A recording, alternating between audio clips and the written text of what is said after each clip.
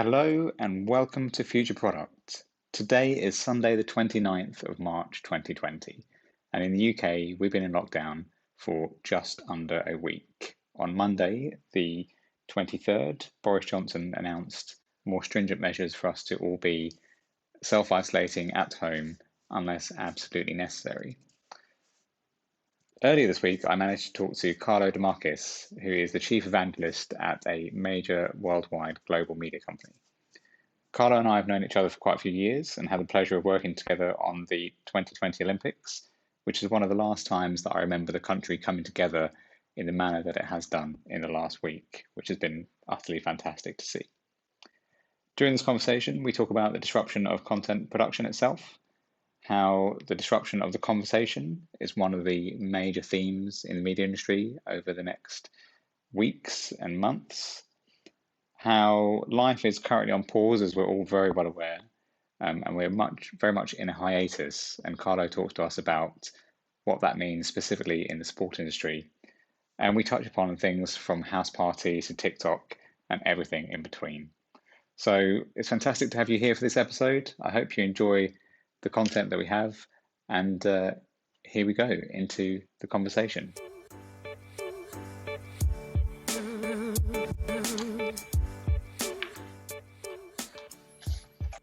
So hello, Carlo. Thank you for joining Future Product. It's really amazing to have you here today. We've worked together, obviously, many years ago on the 2012 Olympics, so it's fantastic to touch base again. How are you doing today? Hi, I'm good. I'm working from home, as you can imagine, and it's really nice to talk again after such a successful memory in London for 2012. It was quite a transformational Olympics. Absolutely, yeah. I think that experience brings back so many happy memories for me. So, Carlo, you're currently the Chief Evangelist at Deltatre, which is a global sports media company. What does Chief Evangelist mean? But first, it means that you have a cool role as a journalist that you may know. Frank Dunn wrote me when it was announced. Even if he told me a funny story that he has a friend and she's a professor of punk and reggae at the New York University. So he told me, okay, that's cooler than whatever you have. But basically, I think, I'm working at Deltatre now since almost the beginning. So it's 32 years, which sounds crazy. But I mean, the company went from 5 people to 1,000 in those years. We continuously push from the bar, innovating sport and now entertainment experiences. And so my role is, I think there are 2 or 3 aspects of it. One is obviously working on the strategy across all the division. We're now into OTT, in digital, and what we call live, which is a mix of, the event side, the data side, the broadcast side, etc. And also then, if you want, internally and externally with clients and on the wider market, representing, if you want, the brand positioning of Deltatre and the strategy of Deltatre, in all those environments, if you want. Fantastic. So obviously we've been riffing a little bit on LinkedIn for a little while. Such a great platform. And we both, I think, are really aligned on the fact that media companies pretty much do 5 things. They create content, curate, host, distribute, and monetize it. And I've been talking to you about how I believe that every company is going to become a media company, even if they don't know it yet. And obviously you're operating mainly in the sports industry, and I saw that you wrote an article about TikTok and sports, and I wondered if you can talk a little bit about that and what you think every company being a media company means for Sports Club. Well, I think it's a concept I started putting together now some years ago. I saw 3 main disruption happening. The first one, it's so obvious, is in front of everybody, and it's a disruption of consumption. Clearly, because of a mix of, if you want, mobile, social, now OTT, there's so many ways we consume. In my case, I would say sport, but in general, sports and entertainment more and more. And then the second one is the disruption of the conversation. In the very long past, but still, only few entities would manage the conversation between, if you want, in our case, the sport and the fans. Now everybody's a media company, not even every company, everybody is a media company per se. And so the conversation is a maze of connection between fans and players, teams, leagues. Everybody has a voice. I mean, I wouldn't go in the discussion of it is good or bad. That's what happened. I mean, and obviously the consumption of content is also a continuity, a fluidity that was never like that before. The third one, and it's I think where there is a lot of opportunity, because I think it's the disruption that has not yet happened, is the disruption of production, of content production. Mm-hmm. There is still so much content that is, if you want, produced and designed. The production is designed for, especially in the big sport events, for broadcast. And then everything else is like a byproduct. You still see people having a website team and a social team separate. And so many, if you want, legacy of the past. And I think that's where it's weird that people don't design a system that understand, okay, that's the consumption, that's the audience, these are the players that are, if you want, managing the conversation. So let's design something that create content or experiences in a wider term around that. And I think I'm always curious. I was thinking if, as I'm getting older and older, I could call myself a bit of a futurist. I'm not a technologist, but I may be a futurist, only because I just read a lot of things and I connect the dots. And very often it's like, I don't think I had like great ideas. It's just so obvious if you just compare everything you're reading. And TikTok to me, so I'm always very curious. I'm curious, and TikTok, even if I understand it's mostly for teenagers, is super addictive, even if you're not a teenager. I saw the fact that most of the things that are on TikTok are based on either people, in general, people moving, people dancing, people doing some skills. So I found it fascinating, and I connected to sport. And if you want, we were discussing the Olympics before. The Olympic movement is about trying to get people into sport. And so a platform where people basically have to move to be someone, which is one of the key aspects of why we're all on social today. I think that was a positive message, to be honest. Then I can understand every platform is pros and cons, but I think that was and the fact that it's super additive and there is a lot of playing with things. I found it cheerful, if you want, compared to some other platform that have become a complaint wall, or I hate the bad discussion in comments. I can't really stand that. So that was what fascinated me, and I thought sport could embrace it. Yeah, God, I hate the comments that you get on a lot of websites today. They're just a gutter on a lot of websites. Yeah. So one of the things you mentioned there is that, as well as every club or company becoming a media company, that anybody can be a media company today. And obviously the other thing we've been talking about quite a lot is this concept of the passion economy that a few people have been writing about online. So that's really fascinating for me, where the top earner on Substack can earn more than £500,000 a year from reader subscriptions. Where do you see that kind of concept going?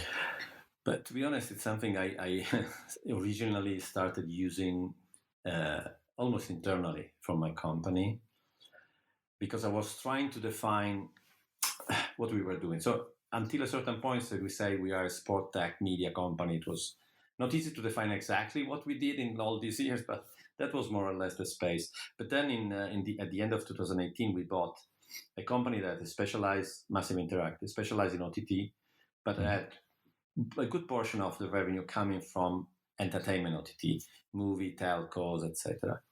They're, by the way, they're behind BritBox now, for example, and The Zone and WWE. So we are.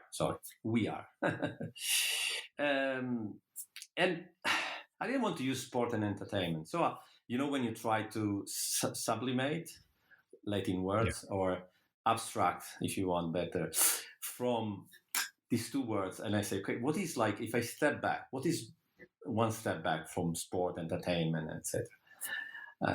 And I thought passion, and passion is such a vapid word in some way, if you want, because if you just think, okay, passion, that's cool, everybody has passion.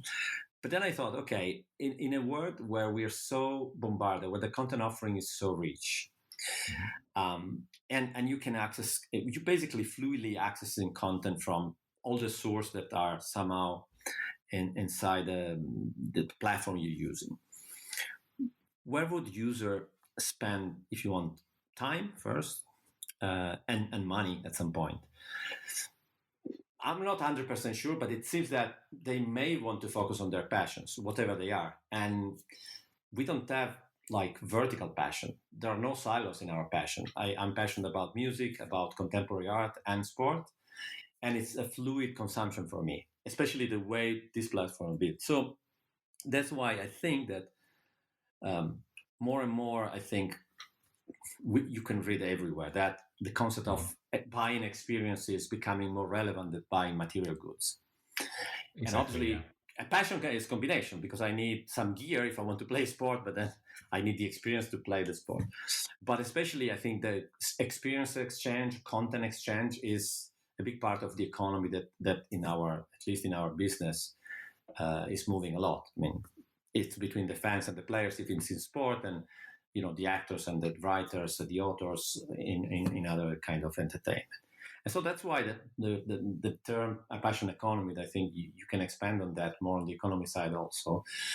It seems a right way to structure, or to a framework to operate in the near future, as an idea of what the business could be.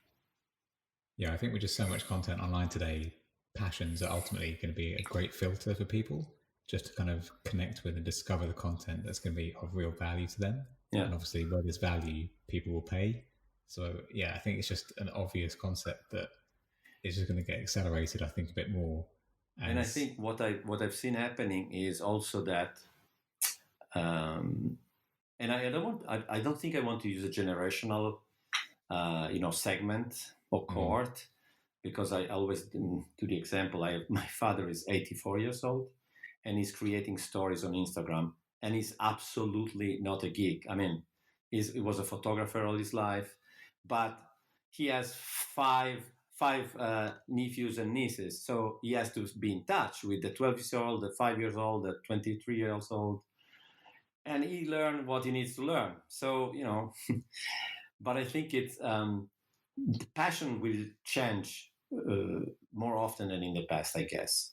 So because you discover new things, and maybe it's not like, okay, if you don't really like music, maybe it doesn't mean that all of a sudden you like music. But even in music, the way you use Spotify, the way you discover music on Instagram, etc. Even if in theory the recommendation mechanism can bring you in a rabbit hole at some point, the fact that your friends are following someone, I continuously discover new stuff because of the people I follow. And so this fact of being fluid may also mean that if you want to do in this business, you have to be not too much vertical, because and as I think you have seen it, the crossover of all the forms of entertainment, or all the forms of passion, if you want, experiences. You see the NFL going into not music, but you do an agreement with Spotify. So there are a lot of crossover between different form of passion experience, I would say. Yeah, absolutely. That's fantastic to hear about your father. I mean, Instagram is such an easy to use platform. It's just mind-boggling how simple it is. But obviously, if he was a photographer, then maybe the transition is quite easy for him to kind of access a visual platform. But that's a great story. Yeah. So the other thing I noticed, that obviously, we're all in a hiatus at the moment. Life is on pause. Yeah. And you wrote about this informal initiative called Sports Pause, or Sports Hiatus. Sport hiatus now, officially. Brilliant. Do you want to give us a bit of an intro to what that's about? So obviously we have a little advantage, or disadvantage if you want, because in Italy everything started before, 2 weeks before almost Europe. And I started thinking, and this was the first days where we were in lockdown, and the first games in Italy in football were said to be played without fans, without spectators.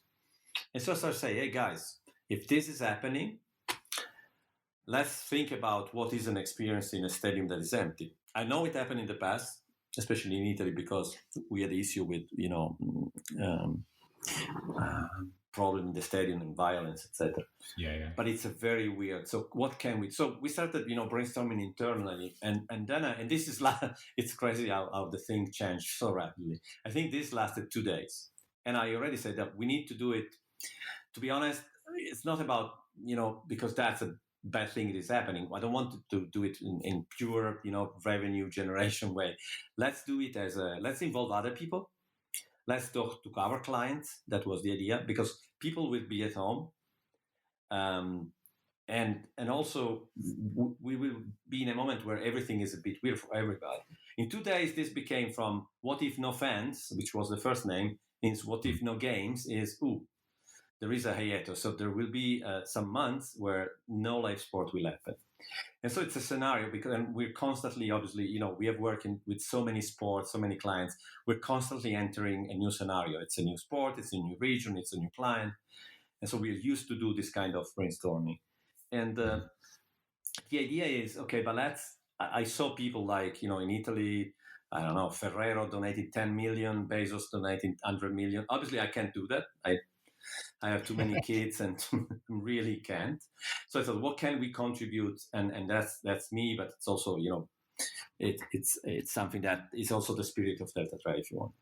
Sure. And the idea was, let's do something industry-wide. Let's open our, ideas. Let's do brainstorming with people. Let's talk to clients. And let's see if in this new environment we can support the industry with what we have, which is normally ideas, and if it's needed, a bit of technology.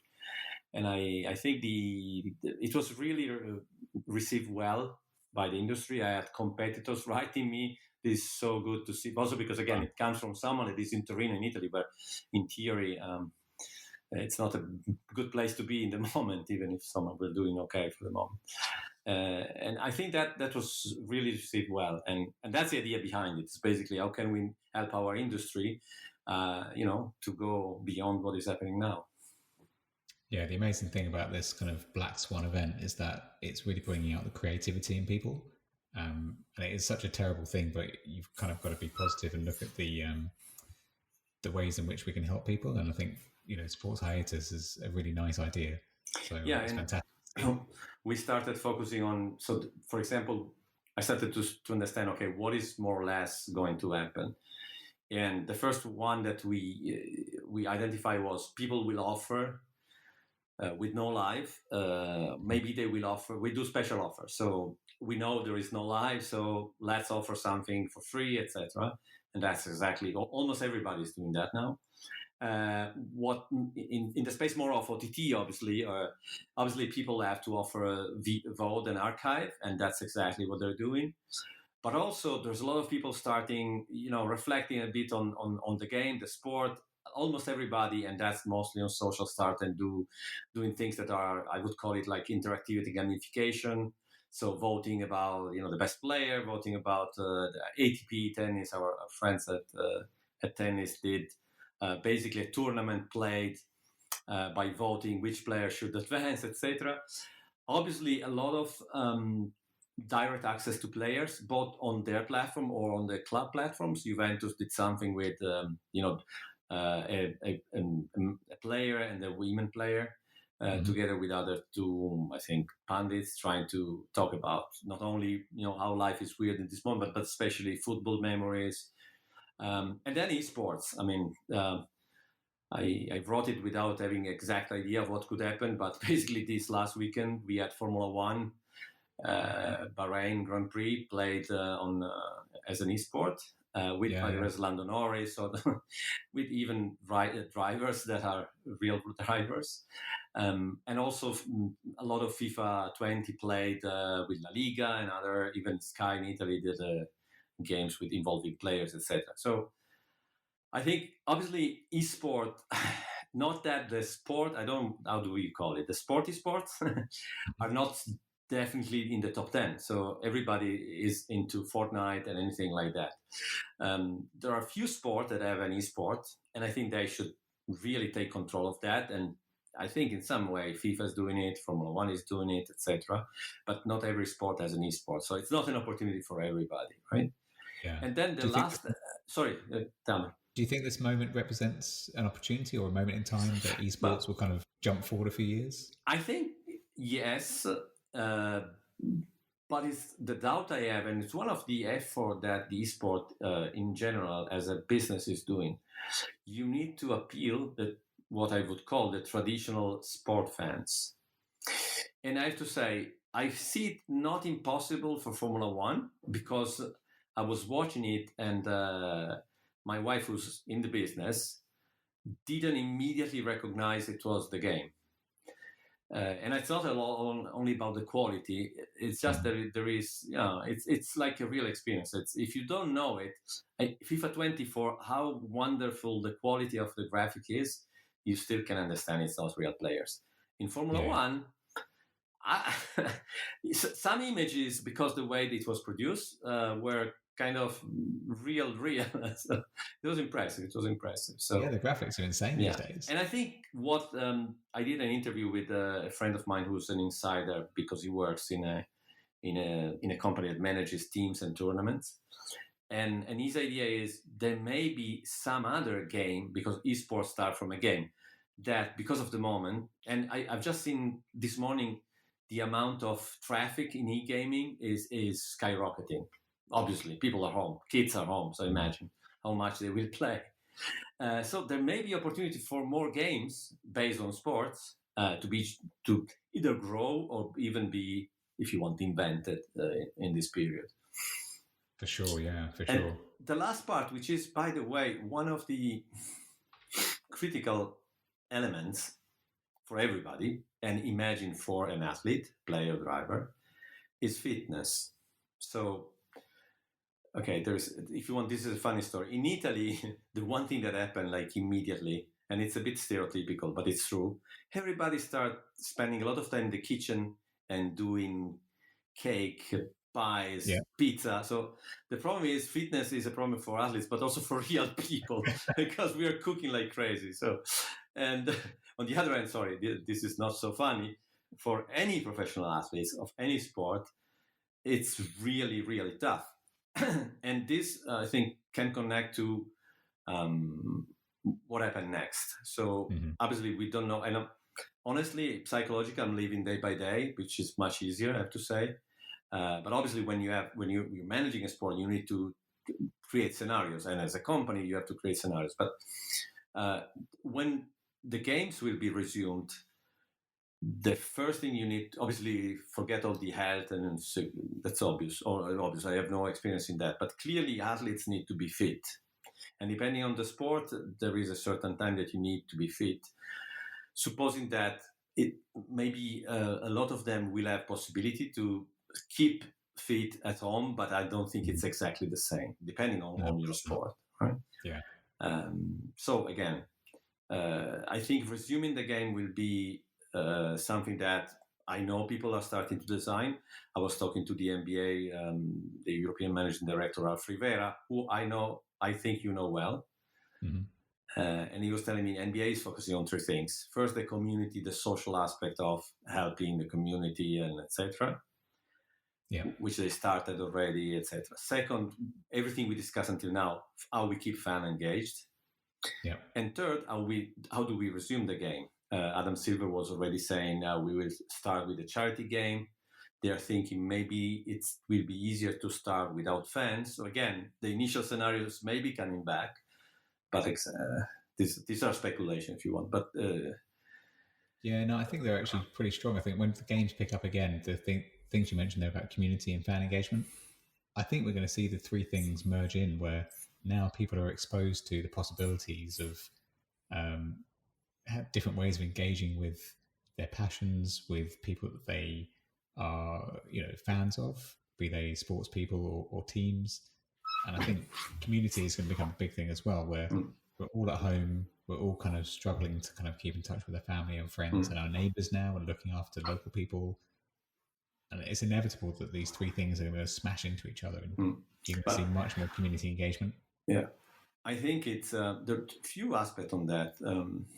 One is there will be a double down in acceleration of, to make it, to say it, if you want to be simplified, digital behaviors. I'm receiving more house party notification, people joining house party, than emails. Yeah. No, it's a joke. I mean, it's real. It's amazing the number of people that join house party, which is this app that helps basically, connect with friends and have, I think, until 8 video windows, so you can talk to family, etc. That's a sign. I mean, people that would never want to do Zoom with us are now installing Zoom. Obviously, my dad has Zoom installed now. But I think, and also if you want, the way everybody, like in 1 week, everybody went back to the archive, made it free, and now even thinking about, okay, yeah, it's nice to show a game, but can we do something more in it? Can we put, to players to come? So we're putting so much effort on the archive or the VOD aspect of sport because we don't have live. But why haven't we done it before, to be honest? I know. Every sport has a hiatus every season. Content can be real cool. And we were lazy, I think. I don't know. We were spoiled because there's too much live, I guess. I don't know. I think that's just the general trend at the moment. Is all of these, if you're a product manager out there or you're kind of like working for a tech company, suddenly all of the features that you thought were good ideas for a long time but never had the time to kind of prioritize, now all of a sudden a lot of those features are becoming kind of like standout opportunities. So the archive, like mentioned, and the other thing is just, Zoom is just going from an enterprise company to a direct to consumer. It's unbelievable the change. And one sign is in the last, I think, 1 year, 18 months, I've been working with a startup that does watch together experience. So it's Zoom where the live sport is high quality instead of being, if you want to try with Zoom, I mean, basically, it's not unwatchable, but it's obviously not acceptable. And I was trying to, convince people that watch together with like the participant would be able to watch each other and like in a Zoom call, plus the game or the sport event. And it was a bit of resistance, so it had a bit of success, and some European broadcasters are using it, but not what I expected. Even if I said sooner or later, people will want to watch together, especially in places like the US where families are not always in the same place, etc. And I think, okay, myself, I'm not in the startup, but I'm just friend, and that they're receiving calls like every 15 minutes now. Honestly, wow.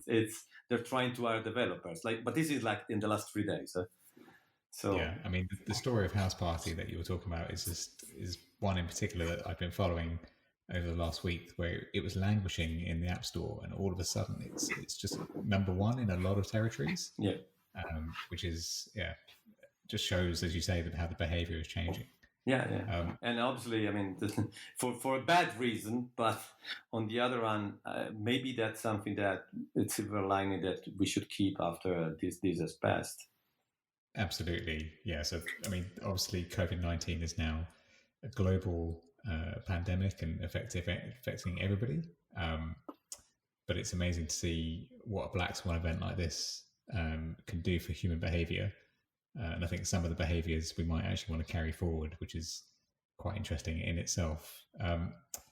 Carlo, I'm aware it's super late where you are, and obviously you are in the epicenter of it at the moment, in Turin.